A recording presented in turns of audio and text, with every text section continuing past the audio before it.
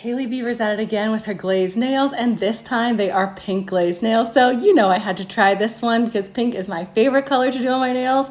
What's up, nail crew? It's Nicole, your fellow nail obsessed DIYer, and we are definitely jumping right into doing these gorgeous pink glazed nails. I started out with a sheer pink dip powder called I Wanted It So Badly to Be You from OG Dip Powder. It's this gorgeous pink sheer, and when you're first dipping it, it does not look like it's going to be the darker pink that it ends up being, but once you brush it off, I cannot wait for everyone to see how gorgeous this sheer color is. I decided to go with 2 dips of the color on all of my nails just as like a good base to make sure that it would still really pop underneath the chrome powder. If you've never dipped a jelly color dip, you want to make sure that you're really applying your dip liquids nice and thinly and as evenly as you possibly can. If you apply your dip liquids too thick or uneven when you're doing a jelly color, it will tend to show through a lot more. And I made sure I was remembering that when I was first doing this mani. I've dipped jellies before, but not actually a lot. And after using this one, now I need jellies in basically every single color. It was so gorgeous. I will definitely be using this pink again for more manis. I have some ideas. Actually, you know what? I have a million ideas in my head all the time. I constantly have tons of nail ideas, and I feel like I don't have enough fingers to do them all. Even with doing peel base and doing my nails probably every like 5 days-ish, sometimes 4, sometimes 6, 7, it's just not enough time. And doing mismatched manis, I just have too many ideas in my head. Okay, look at this gorgeous sheer pink in just one dip. You can see it's a darker pink than you'd expect from the powder, which I absolutely think is so cool when you're dipping the jellies that like you don't even realize what the color is going to be till you brush it off. Whenever I'm doing my nails, I do 2 dips of the color powder, whether it's color or glitter or shimmer or flake. Once in a while with glitters, I'll only have to do 1 dip if it's really good coverage. I do that because I have 2 layers of builder gel down on my natural nails at all times, so I don't need to build an apex with my dip powder. My apex is already built with my builder gel. Then I only need to do 2 layers of dip powder, and I do 1 layer of clear on top of everything. I top every single mani I do with dip liquids with clear dip powder. I just found that it helps my nails.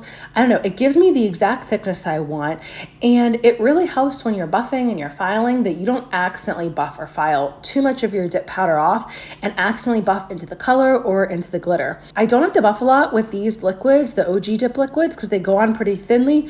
But just out of habit, I like to really buff. I don't know why. I think it's just after all these years, I don't know, there's something like really satisfying about buffing and filing your nails. So I just really, really do it out of habit. I really end up doing more buffing and filing than I need to because it's just out of habit. Something else when you're dipping jelly dip powders, is you want to make sure that the powder is really soaked in before you move to your next layer. I noticed this on some of my fingers. One of the last times that I did a jelly dip, if I kind of put like too much in one spot and didn't let it all soak in, it didn't look as even. So I made sure that the dip was fully covering my nail and soaked in before I moved on to the next nail.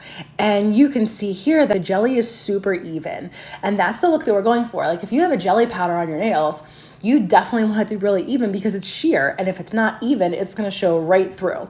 Then I go back to my trusty clear dip powder and top everything because I don't want to mess up this jelly dip at all or any of my dips. And you can see how clear this dip powder is when I'm pouring it over the jelly, and you can really still see the jelly so well through it. When you're doing clear dip powder, you don't have to do a ton of clear dip powder. Like you don't have to keep pouring it when you're doing it over solid colors. When I'm doing it over glitters, I really make sure that I press it in. But when I'm doing it over solid colors or, a jelly color like this, you don't have to press it in like you would for doing a glitter to make sure it gets all in all the little nooks and crannies, because you don't have all those because it's a solid. Once you're done with the clear, you want to activate it really well. And anytime you're activating, you want to make sure you get your nail edges too, because you're going to file and shape those a little bit. At least I do.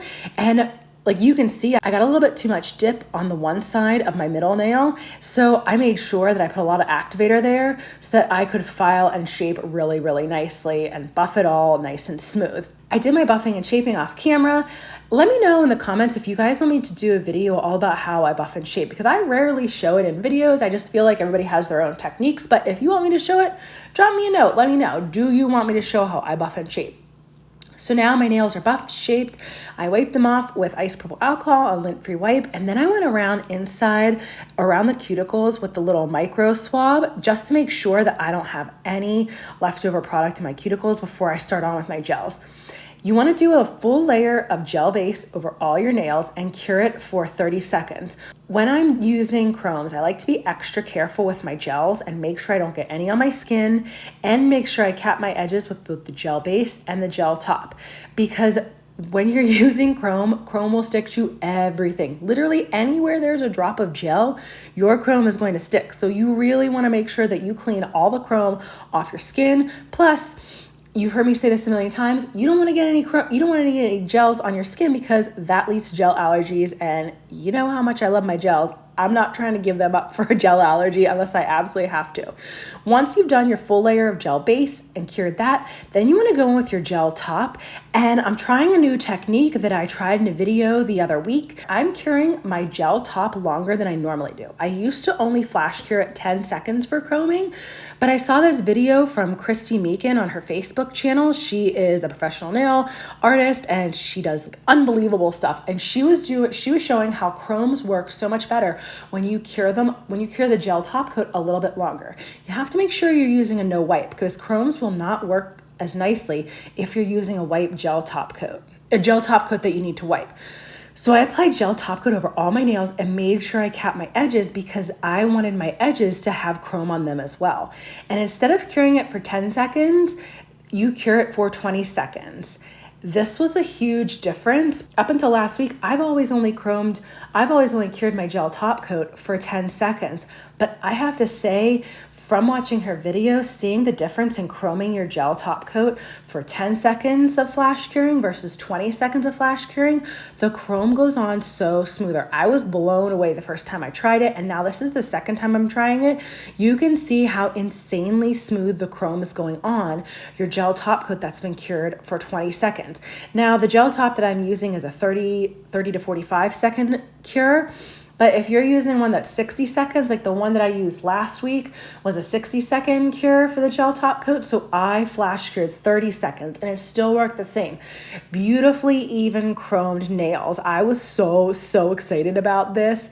Finding this little trick that makes the chrome look even nicer, even like way more even. I can't believe I've been chroming for probably at this point, I've probably been using chrome for at least 2.5 years.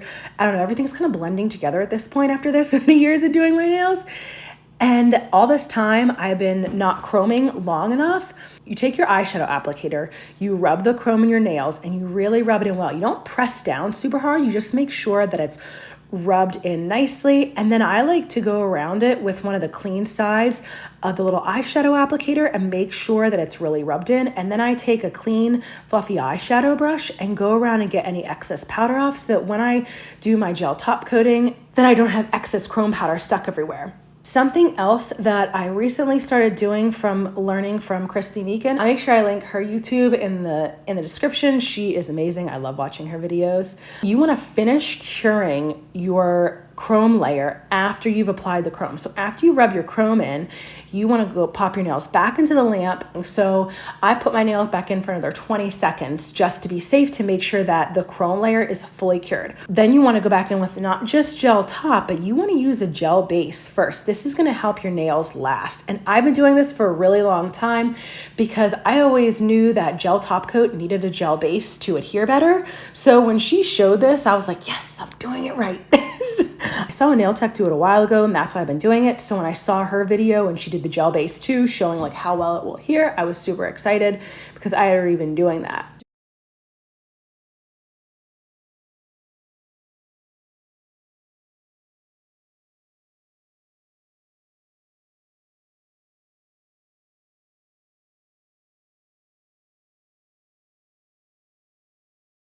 You'll notice when I'm putting on my gel base and my gel top coat, I will fully cure in between each of those. You'll notice there are some little dots in my gel. The gel that I've used, I end up contaminating a lot of my gels with glitter. I used to have 2 gels that I kept separate, one for glitters and one for solids. And then I forgot to label it one time. So now I have a couple gels and I basically just use them all for everything. I probably should get another set, but I can't justify wasting the gels that I have and just using them all for glitter. So you will see a couple little glitters in my chrome nails.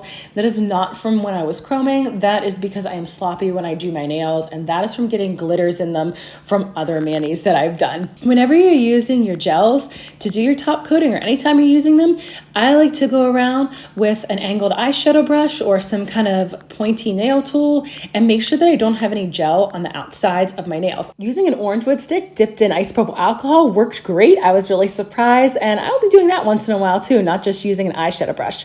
If you're officially obsessed with chroming like I am, make sure to check out this next video where I give you 10 different looks to do with chrome. Thanks so much for joining me today, nail crew.